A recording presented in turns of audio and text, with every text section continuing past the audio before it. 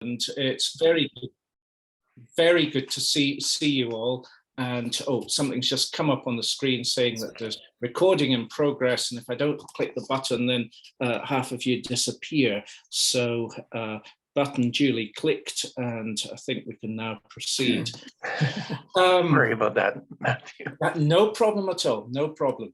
And it's lovely that I know that most of you are from the United States and Canada, and it's great to see you across the Atlantic. But we've also got friends from around the world, and it is so good that we are all together. So greetings to you all, blessings in Christ's name from Geneva.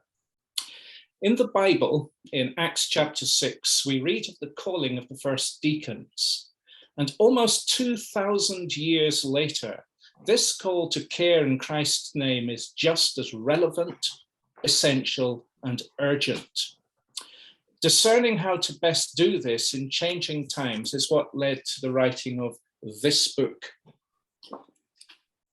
And I'm glad to be able to show you an actual printed copy, but there are copies available. You can download it for free online from the World Council of Churches website. I was relieved that these printed copies arrived just 3 days before I traveled to the city of Karlsruhe in Germany for the 11th Assembly of the World Council of Churches. If they hadn't arrived, I really would have looked a bit silly, but hey ho. They came, and people have been, my entire box I took with me has disappeared, and this is the one copy I've got left at the moment, more in the office. So this new publication, called to Transformation, Ecumenical Diakonia, has its origins in a conference held in Malawi in Africa back in 2014, 8 years ago, working on the clarification on the relationship between the churches and specialized ministries. Now, that was 8 years ago, and since then there have been many further developments, not least the launch of the United Nations Sustainable Development Goals, the SDGs, in 2015, which are definitely not on track for completion, satisfactory completion by 2030. Then there has also been the COVID-19 pandemic since 2020. You have to excuse me that I may occasionally cough, and this is a post-COVID cough that I've been left with, but I thankfully am negative. But like so many of us who've had COVID, there are long-term symptoms as well, and I hope and pray that for all of us, they disappear, and to give thanks to God for medical advancements which have saved so many lives at this time.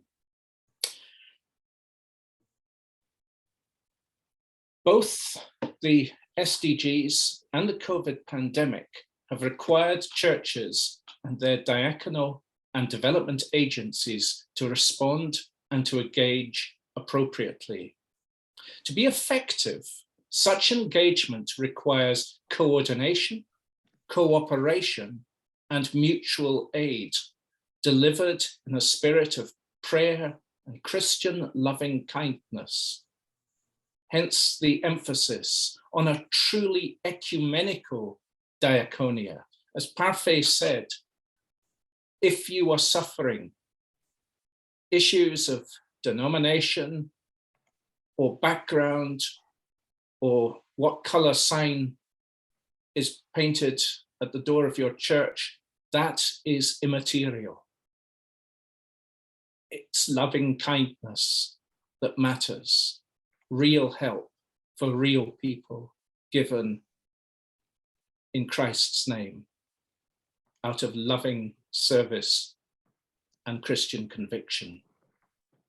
Now, I have been asked to speak to you on 3 topics. Firstly, what does this report mean to you? Number 2, what are the most important elements of the document for you? Number 3, What aspects of the Assembly's discussion and debate on the report stood out for you? So then, firstly, what does the report mean to me? The answer is quite a lot. This publication has taken up a great deal of my time over the past 4 years, since I first started working for the World Council of Churches in June 2018. And the production of this book has taken a very long time, 8 years in fact. My predecessor, the Reverend Dr. Dong-Sum Kim from Korea, became ill and tragically died at the age of only 47. I give thanks to God for his life and ministry. These are not the circumstances in which I would have wanted to start working for the World Council of Churches. 3 weeks later, 3 weeks after I started working with the World Council of Churches, the Central Committee of the WCC met. It meets normally once every 2 years. It's quite a large body, 150 people, and it's the main governing body of the WCC between assemblies, which normally take place once every 8 years. We had expected within the staff that the document would be approved with little discussion. Instead, the Central Committee refused to do so, and instead instructed that the proposed draft text needed to be revised, and revised quite substantially. I had been expecting to be promoting the document, as I'm doing to you right now. But instead, I had to take charge of a program of major modifications. I proposed, and it was accepted, that 2 additional chapters should be added to the original text on ecumenical diaconia in their confessional and geographic contexts, respectively. I felt that the document was lacking in some way, and I wanted people to be able to see something more of their own experiences around the world and to be able to share them. This work was completed by late 2019, and then, much to everyone's horror, the planned 2020 Central Committee could not meet in March due to the outbreak of COVID. Rather than change the document, the Executive Committee, then getting used to the novelty of meeting on Zoom, felt that an addendum on the diaconal response to COVID-19 should be commissioned. And I oversaw this process and wrote much of this addendum that you'll find in the back of this book. Eventually, the revised text and the new addendum on COVID-19 were approved by the Central Committee meeting in person in March 2022. It took that long to get through because the rules required that the Central Committee had to meet in person to approve this document. It shows what happens as well when your rules can sometimes leave you a bit hamstrung, and we are dealing with that if circumstances arise again. And we've had a very successful online meeting of the Central Committee as well, and things are definitely in a state of change. So in short, this document means a great deal to me, both personally and professionally. But I have to give credit to the Reverend Professor Kjell Nordstokker from Oslo in Norway, without whom this document would not exist at all, because he wrote the vast bulk of the first edition of the text. He probably did 70% of the work on the document, and I came in halfway through this process to take over. So secondly then, what are the most important elements of the document for me? For me, the important part of the document is that it is so comprehensive. Above all, it aims to outline theological and practical service for diaconia. Quite simply, there is no church without diaconia, and no diaconia without the distinctiveness of faith-based action. The book also tries to break down the idea that faith-based and rights-based action cannot coexist, and indeed they must cooperate very closely. So the book is offered as a resource to facilitate learning and encourage good practice. It is vital as well, I believe, for the Church's understanding of and engagement with the United Nations Sustainable Development Goals, because it tries to put this humanitarian response into this perspective of development and care. It is also a contextual theology which highlights the prophetic diaconia that addresses peace building, climate justice, gender justice, racial justice, health and healing, and much more. It also aims to address the diverse practices that we have and the theological background of diaconia, as well as addressing misleading theologies. In chapter 10, the book offers recommendations for future work. I'm delighted that these recommendations were fully endorsed by the Central Committee of the World Council of Churches, by ACT Alliance, and most recently by the Ecumenical Conversation on Ecumenical Diaconia at the Karlsruhe Assembly of the World Council of Churches. Then thirdly, what aspects of the Assembly's discussion and debate on the report stood out for me? Discussion of the publication took place in the context of an ecumenical conversation, as we call it, a process which took place over 4 afternoons at the Assembly. The Ecumenical Conversation on Ecumenical Diaconia was one of 23 separate ecumenical conversations, and 47 participants took part from countries all over the world.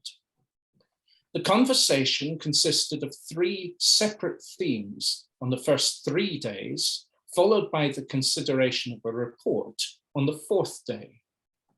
Day 1 saw an emphasis on collaboration between WCC member churches and ACT national forums, ACT Alliance national forums, based on ecumenical diaconia, including the presentation of what we call the learning process in Malawi and Cameroon.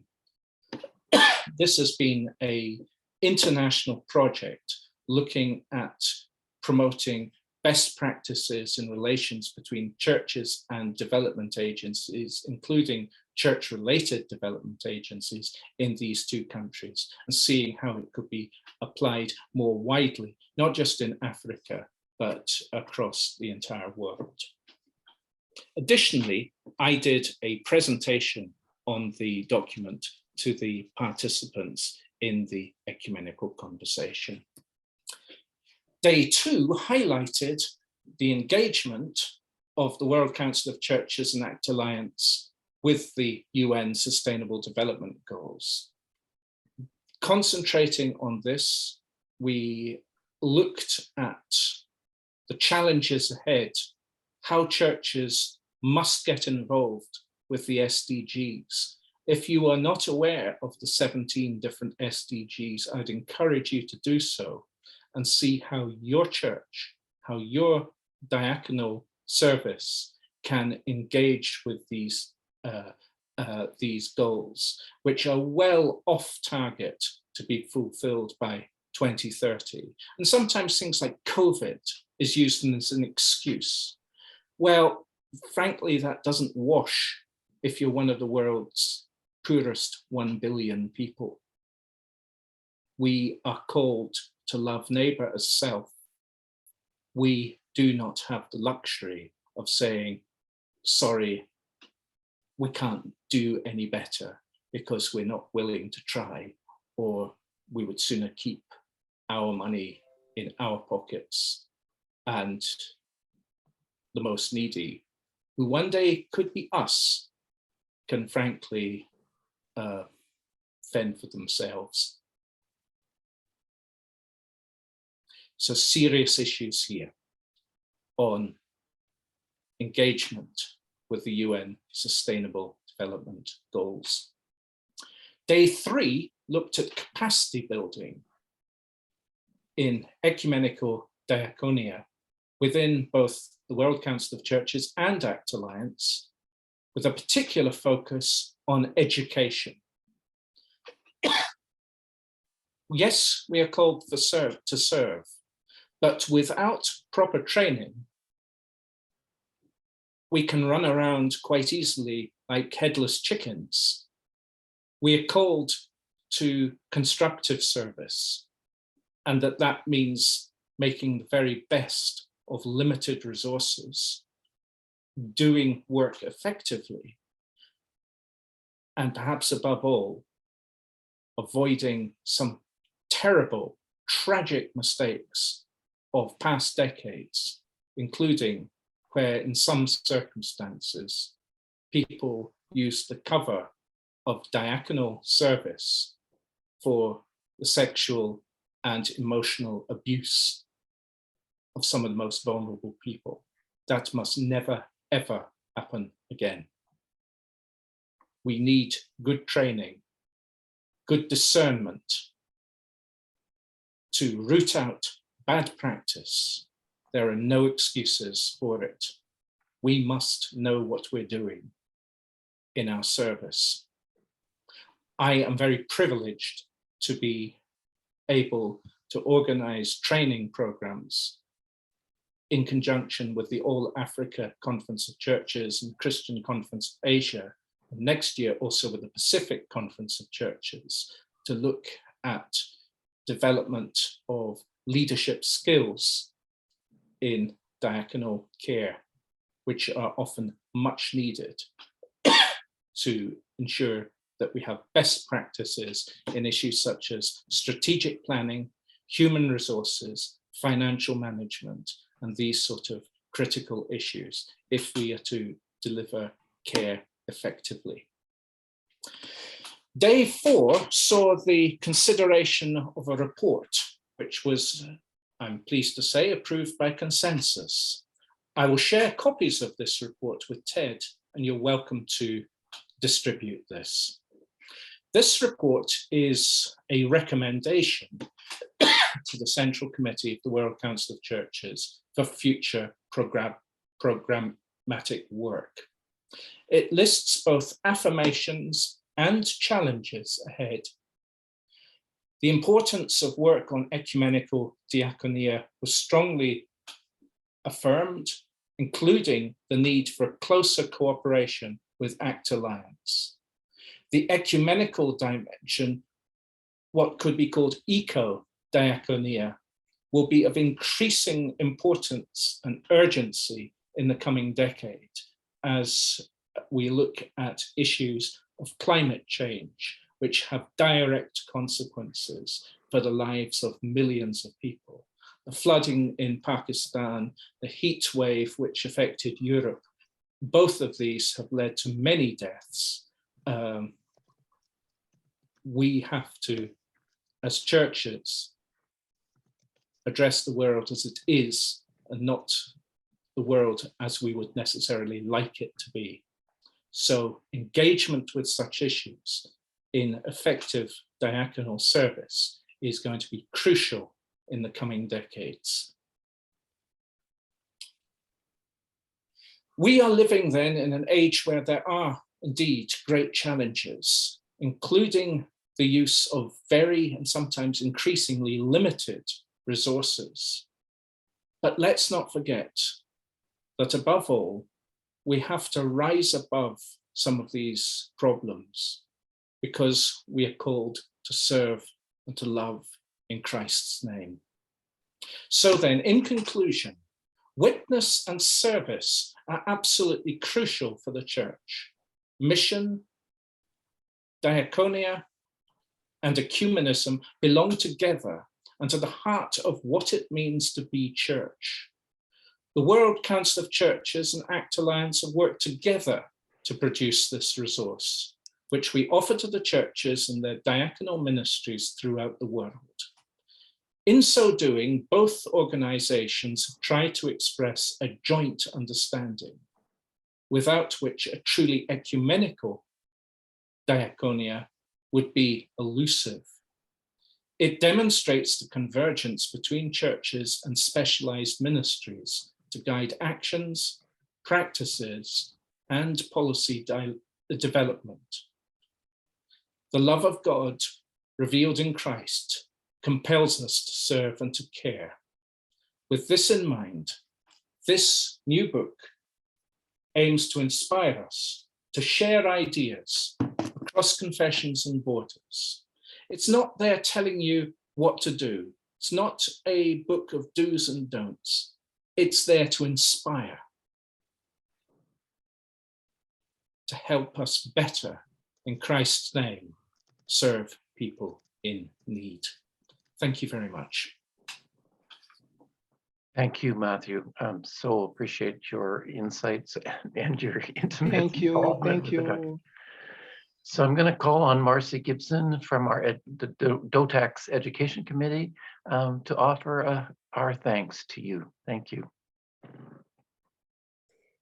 I would echo those thanks.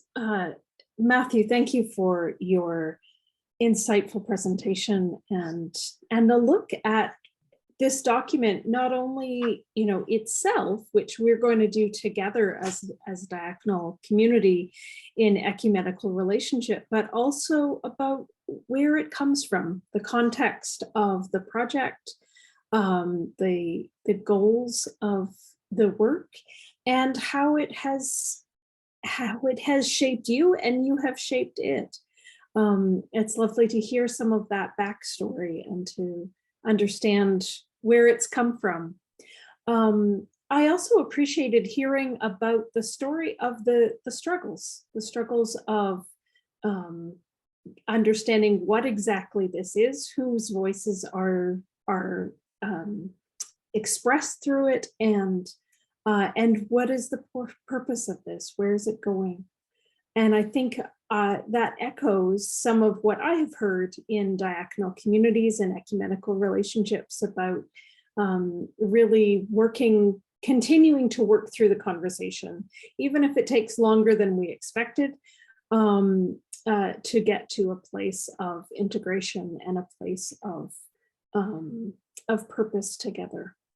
I also really appreciated your explanation of where it has gone over this last month at the World Council of Churches and the many and varied ways that people have been able to interact with the document and who have been able to integrate it into their understandings of diaconia, into their understandings of what it means to be part of the World Council of Churches and the ACT Alliance. And I think that lays groundwork for continued conversation between the ecumenical community of diaconia, both locally and also worldwide, and between the World Council of Churches and the ACT Alliance, and hopefully will help us to direct those conversations, not only amongst ourselves, but also in the contexts that we are. So thank you for your words today. Thank you for your efforts on this important document and continuing to be in conversation with us about it. Thanks, Marcy. Thank you so much, Marcy.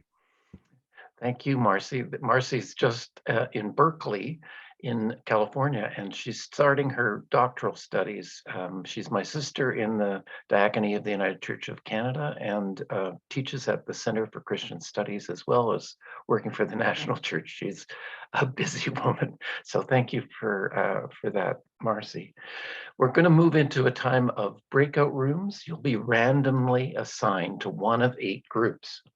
And one of the benefits of this is that you get to mix and connect with folks internationally, ecumenically across the diaconate. So begin by introducing yourself, your name, your location, and your diaconal association and community, maybe a word or two about your ministry setting. And then we're going to ask you to move into the study guide. And so each group will be assigned a chapter to focus on and use the study guide and the questions that are part of that. So groups, you need to pay attention when you go into your breakout room, which number you are, because group 1 will be working on chapter 1, group 2 will be working on chapter 2, and group 3 will be working on chapter 4, and group 4 will be working on chapter 4, sorry. So 1, 2, 3, 4, you get it. But then 5, 6, 7, 8, 5 will be working on chapter 1, 6 will be working on chapter 2, 7 will be working on chapter 3, and 8 will be working on chapter 4. And there's questions in your study guide. I asked you to print it off or have it accessible. If you don't, somebody else from the group probably will, and they can help you out.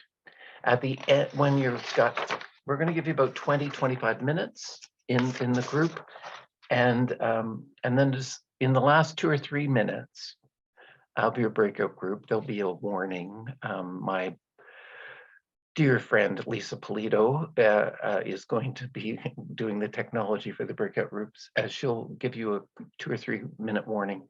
Decide what one comment your group would like to report back from your discussion, what might have been a major insight or a theme of your discussion, and you'll only have a very short time to report back because there was 8 different groups. So I'm gonna ask Lisa to do her magic and make the breakout rooms happen, and you just need to click on the blue button that says join the group. So, and don't forget to note what number you are. All right, here we go.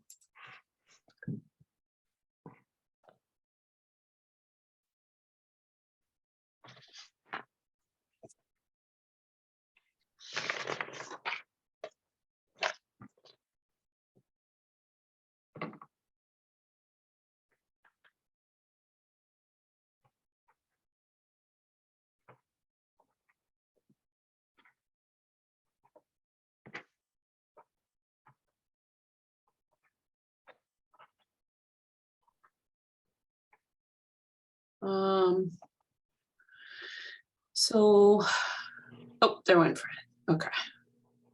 So I'm guessing Sister Noreen is probably doing something.